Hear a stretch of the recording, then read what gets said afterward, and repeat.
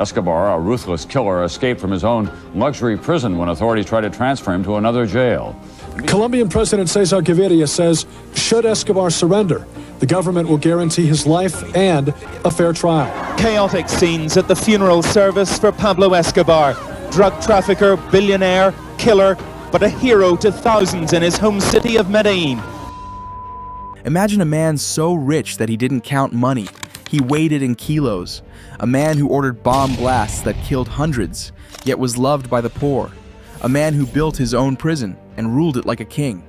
This is the story of Pablo Escobar, the king of cocaine, who became the 7th richest man in the world with a net worth of $25 billion. But how did a small-town boy become the world's most powerful drug dealer? And what led to his shocking downfall?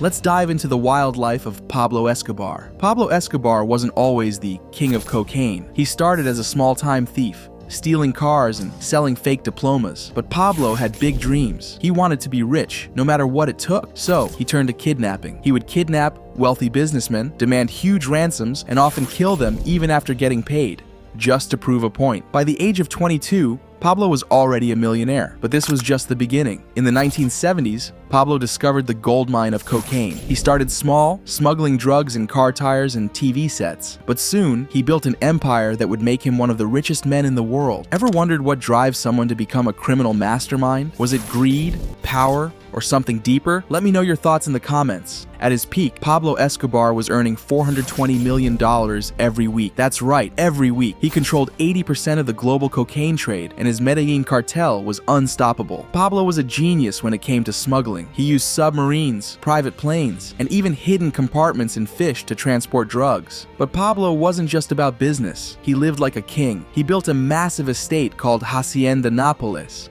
complete with a private zoo, soccer fields, and even a bullfighting arena. His zoo had elephants, lions, and hippos, some of which he smuggled from other countries. But Pablo's wealth came at a cost. He was ruthless, killing anyone who stood in his way, police, judges, even his own men. In his lifetime, he killed over 4,000 people, including 600 police officers. Think about it, $420 million every week. That's more than most people earn in a lifetime. But at what cost? Hundreds of lives, countless families destroyed, and a trail of blood that would follow him forever. Pablo wasn't just a drug lord, he was a terrorist. In 1989 alone, his cartel carried out over 100 bomb blasts in cities like Bogota and Medellin, killing hundreds. He even bombed a commercial flight to assassinate a presidential candidate. But Pablo wasn't just about violence.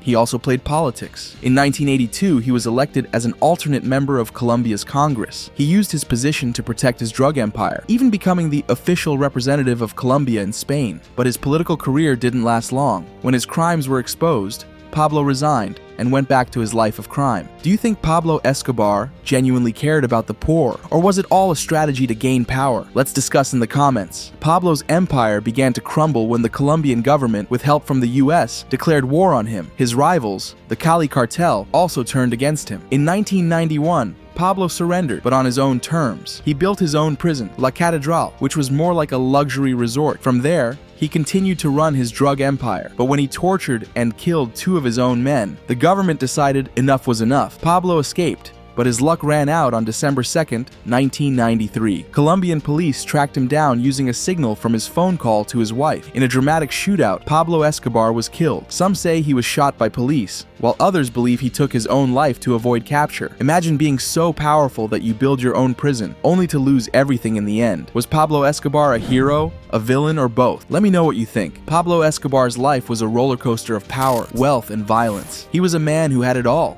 money, fame, and fear. But in the end, his greed and brutality led to his downfall. Even today, Pablo's legacy lives on. His story has inspired movies, TV shows, and countless books. But here's a question for you. If you had $25 billion, would you risk it all for power, or would you walk away? Let me know in the comments below. And if you want more shocking stories like this, hit that like button, share this video, and don't forget to subscribe, because the world is full of stories that will blow your mind. And I'm here to tell them all. See you in the next one.